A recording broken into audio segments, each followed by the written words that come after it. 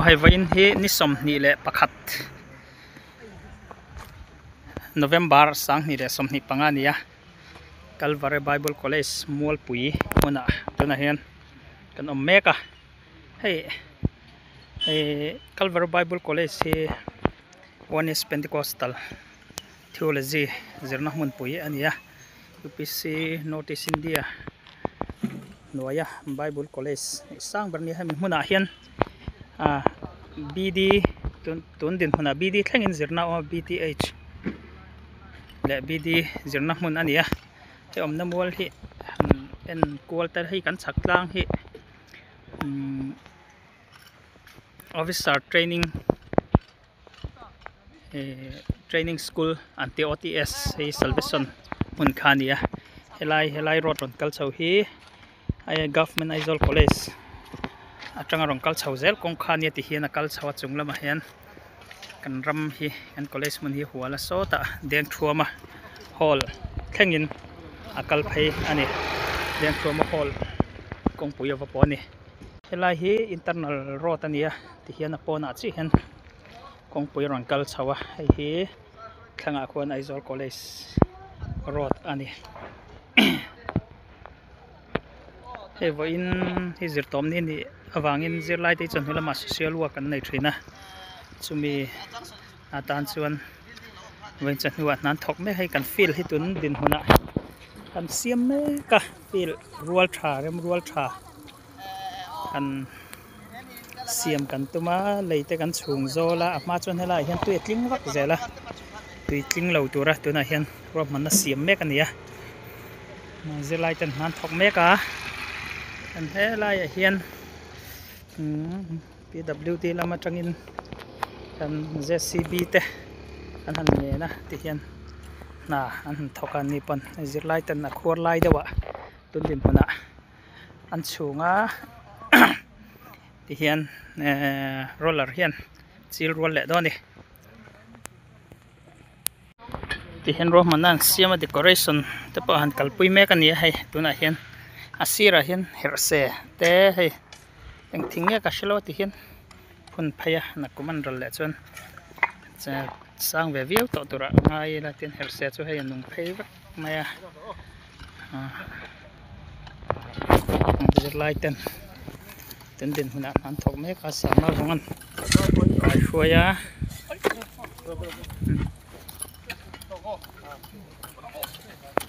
ngen jete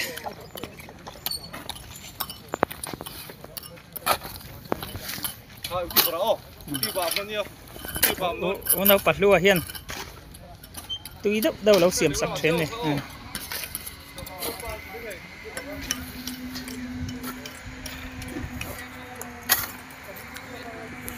thenin 25 ya ma vela 25 ni nisela Aizawl ai ro chuan kumin hi kum ni na chi ania sang hi le som hi pali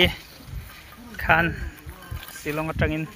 Calvary Bible College Aizawl muna hian son ania kun ma thare umi silong muna kum eng wazat mai college one is theological college and local pui to ni kan lai hi lai tan nan thok me ka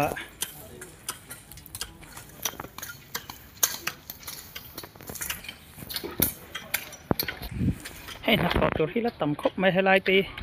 hey internal road tur nia kitchen po thak na tur ti hen kong te two wheeler kal thai turin tun din huna siam me kan ya helai hi motor pangai pokal thai tura road hi lai thlang nia ama ro chu kong pui te hi la siam thak langa ya hey lai hey zong te hi lung rem phai ngai na mun te alani tun din mana na latamani na chuan ti pai ringot po hi hau tak thama na khat ania tun din mana chuan feel lai hi han focus deuh berani zir lai te tan game sang in fiam na chu sang mai volleyball court te basketball court te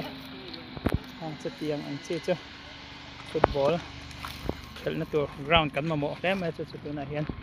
hau tu ten man la rom han an siam mek ani so sola in so he kan building rong ne hin ang khop mai tam tak chuan thlalak atang hian quarter emaw hian ti thin a mahse quarter ni lawa kan compound pon chi ani college pon chi ani sar kop ko ani ni po thok na khop mai moi te po thok na sa khop ma he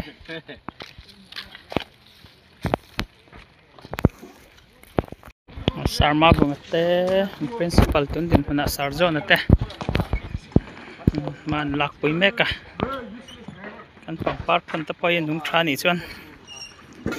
moi ve don khopani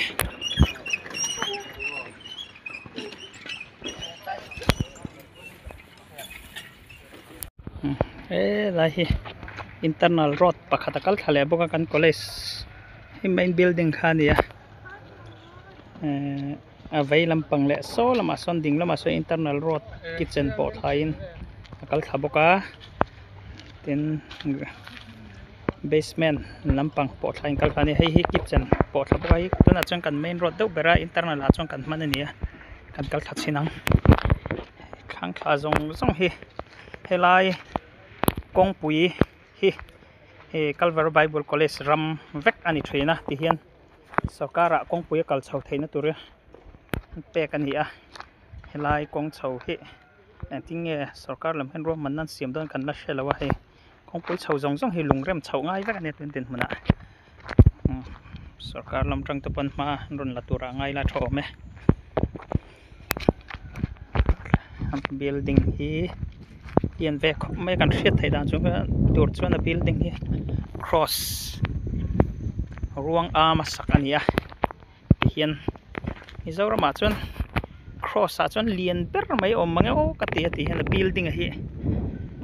chhong khat chhong hi chhong thum chhong li he ta basement ten en phei chuan chhonga chhong ruk ang pon na chhir ve theia chu tiang chuan helama hi internal kal thaboka lai kitchen kong phei ani a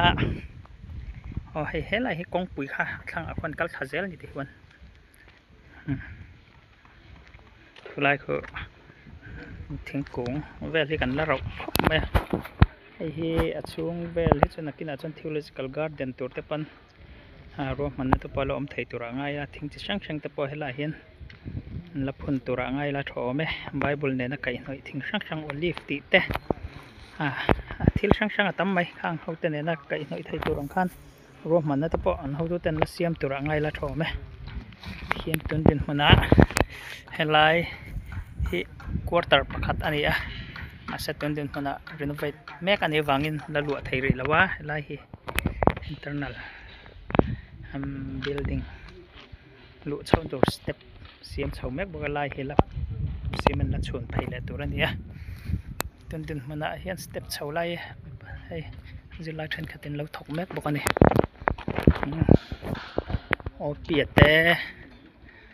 pieten step lautin hi main building hi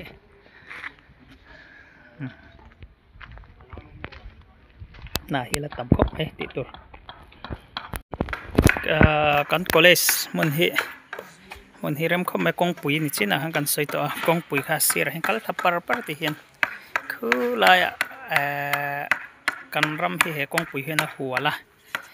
chuan a kongpui he tin kal kual zela he lai zon vela hian PNE sub office a oma kongpui a khon chumi bula chun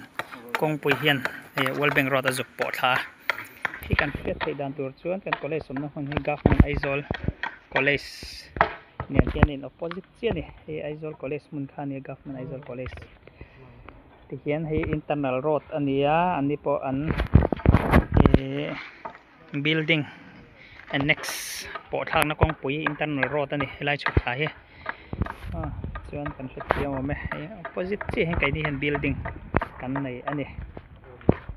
hen a building le lampang hang kal tlang phai hai internal road ron chuk tha building malam tang ena ding lampang internal road two wheeler kal thak thein turat tana duan kan ti kha helai hen ron chuk thata hi kan zir lai ten two wheeler parking lot an siam nia ti hian lai hian two wheeler lo park deuh that ani he lai kan hriat thei dan kan kitchen kha nia helai hi kitchen ania lai phei hi kitchen ania he lai hi dining hall ania he lai hnuai chia hi quarter pakhat ania staff quarter hemi lai hi ania chuan a thlang kho hi Aizawl college kan tih hmun kha ni chuanin he lai hi hostel he lai hi hostel phei ania hemi phei hemi floor zai ho hi hostel kual vek ania lai kual hi anoi hen hei kong anglo hen hi in chung hen hostel vek ania chung le chiak hi khi chapel tun din hmuna an chapel ni a he lai a hian hemi lai hi hi register office ni in hei hi OA office ania he lai phei lai hi principal office phei kha ni tun din hmuna he lai principal office kan ti to kha he lai hi principal office kan ti to kha nia chuan khimi a chhawng chung ber phei khi khi kan stack kan lekhabu khomna nia stack room chuan he lai phei hi kan library hall reading hall vek le librarian omna te assistant librarian omna te ania chu tun din mana helam pang thla tang kan soi thei chin ani dining hall kal tlangin kan han kal lut phei le hei helam pang thla noi lama tanga la kan nia hi tun din mana soi ta kan helai hi hostel phei kan ti to kha chuan chung che hi faculty office ani chuan na chhawng chung le che hi library thale lam chia kha nia hi classroom zirlai classroom vek ani chuan hei stack room a chhawng chung beri stack room kan ti kha nia helai hi principal office te OA te register office len kha nia ti chuan hnuai chia basement 1 hi hostel phei vek kha nia hei hostel phei vek kha nia basement 1 hi chuan basement 2 hi hei kitchen kan ti kha ni an dining hall ani chuan hei basement 3 hi quarter staff quarter ani principal sarjona ania in zir lai work vel phang kual ani tuna hei an quarter pakhat kan ti kha nia tun din hmuna renovation khoi mek ani wangin tun din hmuna tuma an la lua lo ni lua tuan omri lo ni hei siam that phot anga ya achung vel han khoi dang lam deuh hret angai wangin la lua lo ni road thi han zo chuak chho ve shim shimang helai hei alango vek me helai hi kan hla tingo nuai hi hei hian mol pui tlang mi kan siu son vel hi avong dai khop mai khu kong pui lo lang khui hrianga kan hmu thei anga helai Aizawl college road kan ti kha a road hung putu deuh ber chu Aizawl college sin to mai ti hian hei mol pui tlang hi mol pui hi kan van nei khop mai college sang hi ma pathian thu in zir teng kan ti point pathian thu BD khanga zir thaina naya tin salvation lamin OTS an lo nei boka officer training school an lo nei boka kainin Calvary Bible College kan naya chuan school ar lampang zir teng kan ti point BA thlengin he ta MT B doctorate degree thlenga zirna Aizawl College boka tin damdo in ni se Trinity Hospital kan pia deuh loka sawn boka tiang vel chu mol pui tlang kan din hmun ani mol pui hi kan van nei khop mai me ka helai pui hei ti tur tam khop mai hei internal road khania chakhi field khani to mai road thi hei cement chhun ani rongot me ti hian lai hing kudam tur han siam me ka ei kan kudam tur ania ala thim khop ma tu verte bo siam ngai ni han lut chinang an kudam siam hi asom te sar ko ten lo nan lo khopani kudam hi azau ve khop ma fit tuna kan kudam toran rom han fit som bial turvel ni la hen thing jong oma an kar thanga hai brick ta hian remanga sar ko na ho meka chua thi theiang an chung to chua thi chu hei a tho tur chu la tam khop mai so mà thế hiện thọc đó nè cần chuộc sầu lệ tổ lốc ăn bên nào po sam nó sắc khóc mày này hi MTS dấu tổ à tôi nè CBC hiện cops rồi giật lại mấy cái này cùng khát tan nè bữa này chứ mà bạc đó nè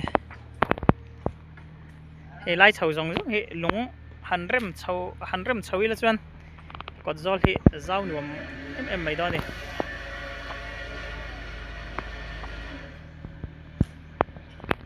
tuần din hona chuan hey afil lai hi an main focus to berneria tuna hian ni china han karon soi to a PWD lam te kha kan te kan lo hriat sual deuh hleka PWD 11 private road roller nei tuna hian roi me ka ni hian tuna hian chil mam me ka fil hi amam that chuan hei lung te hian seng hoi deuh nga nuam ton khop mai bei na sak khop mai hian hei hi internal road ani zelma ti hian two wheeler kal theina zai jing kan la siam ri helai tha hi helai hian main gate pakhat awma hei hi ni sia kan soi tak ang khan helai kan main gate deuh ber tu na kan man ri chu nia somi junction konga chawa ami approach road hi Aizawl College approach road ti mai ang tiana kal chho zela ti hian kong in min huala helai chak tlang hi kan ram ve kalania mun hi thing ten tinga hei hian tin tai khop mai helai hian staff quarter pakhat a awma helai hian omboka sam type in a awma he chuan helai hian main gate pakhat om le a chu mi main gate pia chuan hemi Aizawl College road an ti so lai deng thuam hol po tur kha ron kal kha chu ka chuak a po chuak pheile ni chuan he kan internal road ani a two wheeler tuna chuan kal leng ani mai a he poila siam ngai te po ala ni college man khani a je lai te po an ha thei khop mai kartin zertom ni chan hu piang hian college huna hian na an thok thin ani an how to ten en pui an na te hei hini tina kan hun lo man ve na an office mun kan ha thona mun ani ya hei kan main gate kan ti to kha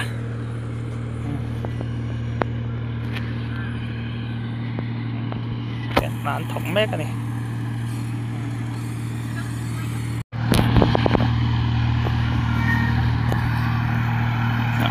anh nuông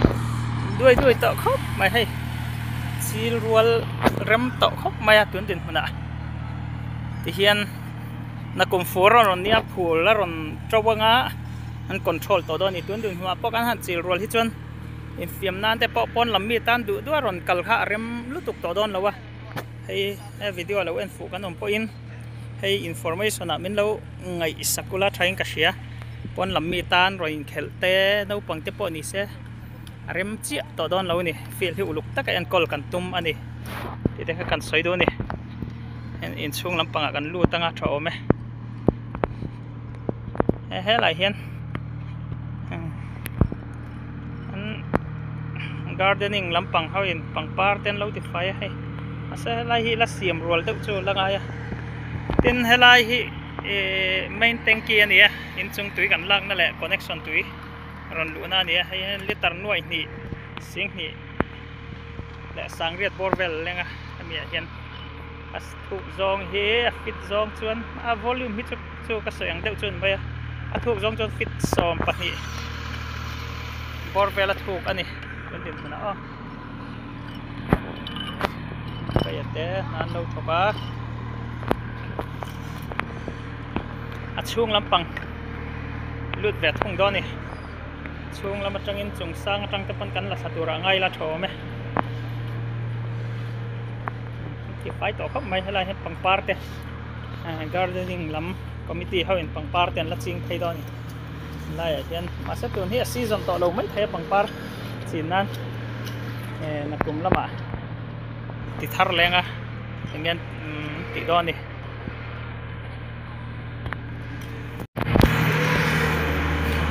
chung la in chung lampang lutila a hay entrance ania hay la hi lounge waiting lounge ania la han lu chi han vei lama tui vot in tur oma hi Caution mi te ronda nei tan dia North Mizoram district LD te ronda nei tan ni sunga kan lom khop mai he lama hian entai la helai hian book service room ala uma helai hian lekhabu sang mai theological background nei hoina anzia lekhabu ta hian lo uma ta hian counter reception counter ani pa ngal boka lekhabu hi nakina review na te po kan la nei tura ngaya thome hei by BK handbook oma tin elements of New Testament Greek omboka course and syllabus CBC culture ta tan chon shiat poim khop mai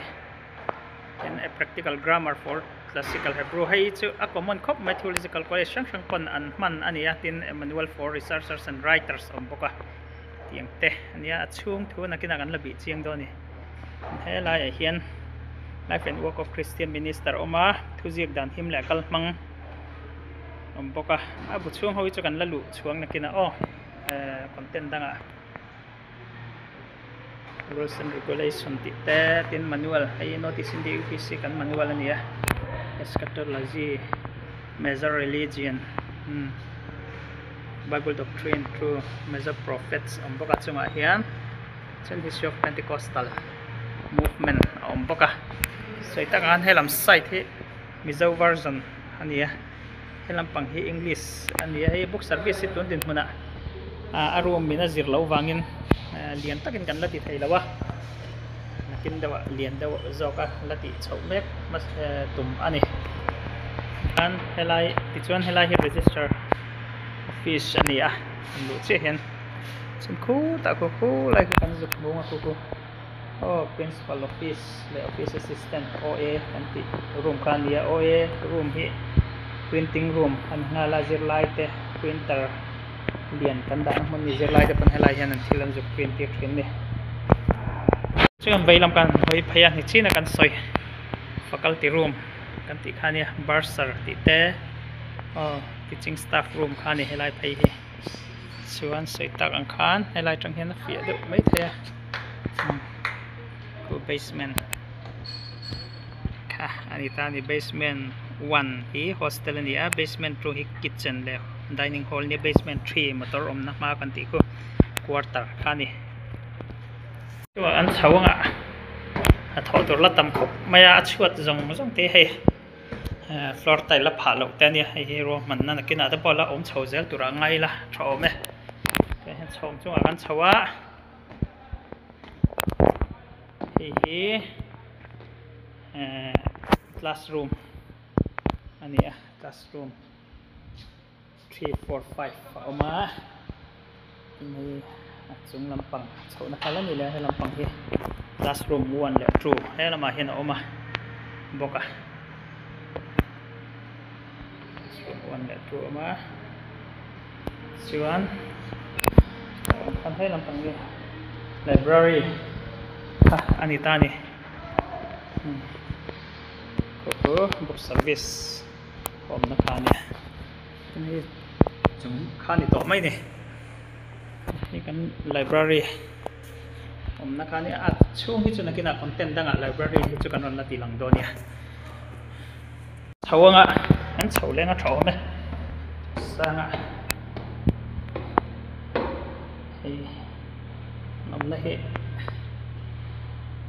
first floor second floor ni to ni tuna kan chholen tur chi first floor na hi library building khan ya chong khat thumi tual zol atang khan chong khat chi in sana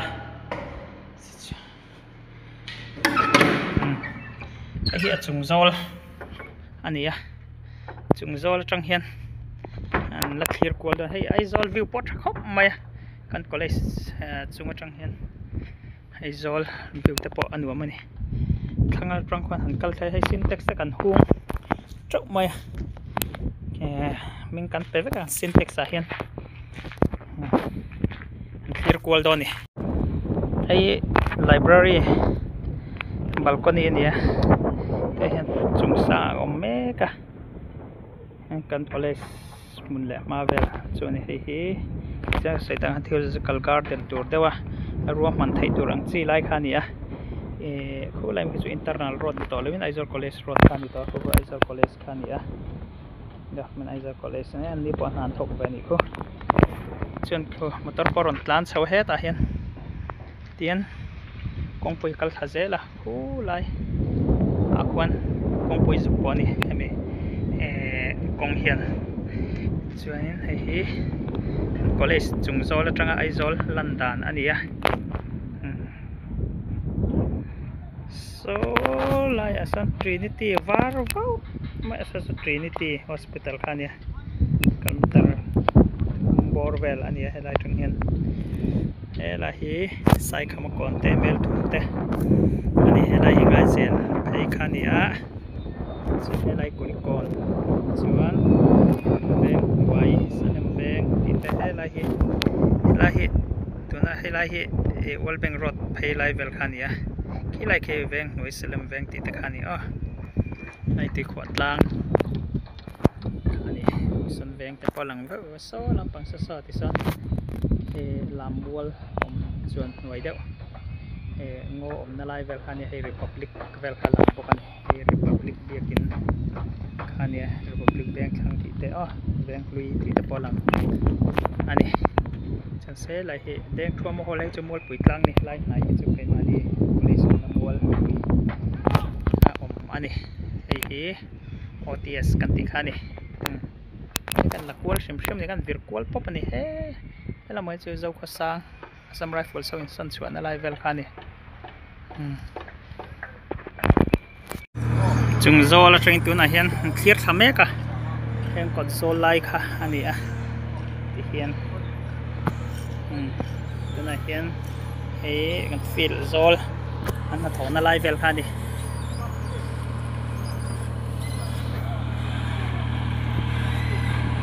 hi OTS Salvation Officer Training School khani feel pai chung zong tang phai chon zol nal to khop mai tiang vel chon ni hai tun din huna hami feel sir zai zai hian general PYD malang na in secretary te kan phuna tin herse te kan phuna herse lai phe kan phun thei deuh bi ka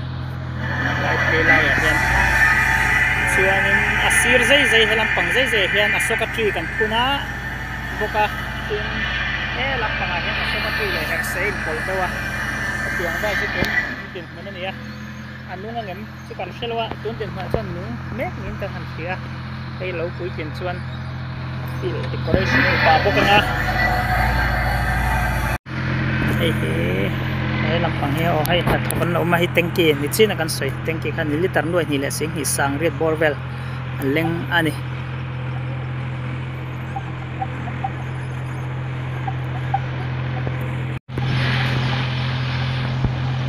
kan soi ta kan khan hemi Calvary Bible College hi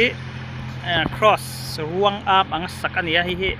malam tang khan han thlir wang tela college malam atangin he thavei lampang khania hi aza avai hian adung sei phei zong he lampang e thading lampang ania adung tila atha zar phar zong hi fit zale somnga ania tin adung tha hi ti hian elai tanga aki tanga han en wanga han te thak par hian khu da thleng khuan fit zale somnga ania amaro chu balcony kha om thajeu zeu wangi floor tina han chung tenen phei chuan helam pang hi athui thade ushit ani avai hian fit zale somnga bial ang chuan a soi thei ria tun din huna chuan chu tuna Bible College building din mun ani ruang am hi danglam khop mai cross Mizoram cross a chun lian ber mai om mange helai tuna hi sinot thian ATC huna khian cross lian ber mai Mizoram cross lian le sang ber tur ro man an siam an ti an ni cross siam tur khi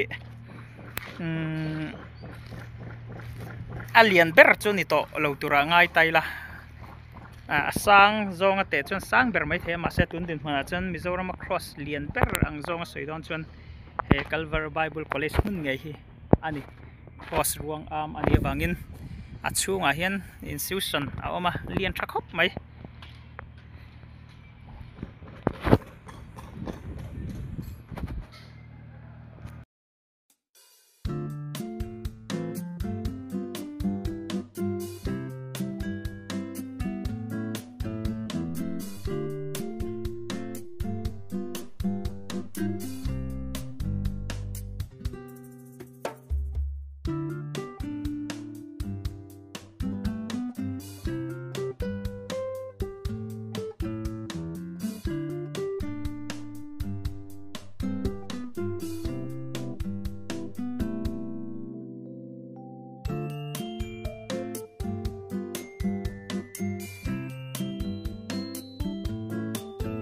ole khati song khavai na kan video an ti chu thei chu ni sala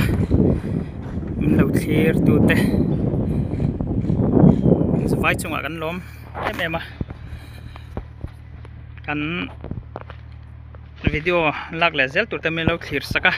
he channel hi min lo subscribe vek turing an som du phot chawa he video kan clear atanga clear tu ten rotna emo a sei du te kan nei ni chuan nói comment section ate kan rot na te kan thir na tlang te en kim mai kha comment section lama soi thei vek do ni ole kan tu top patang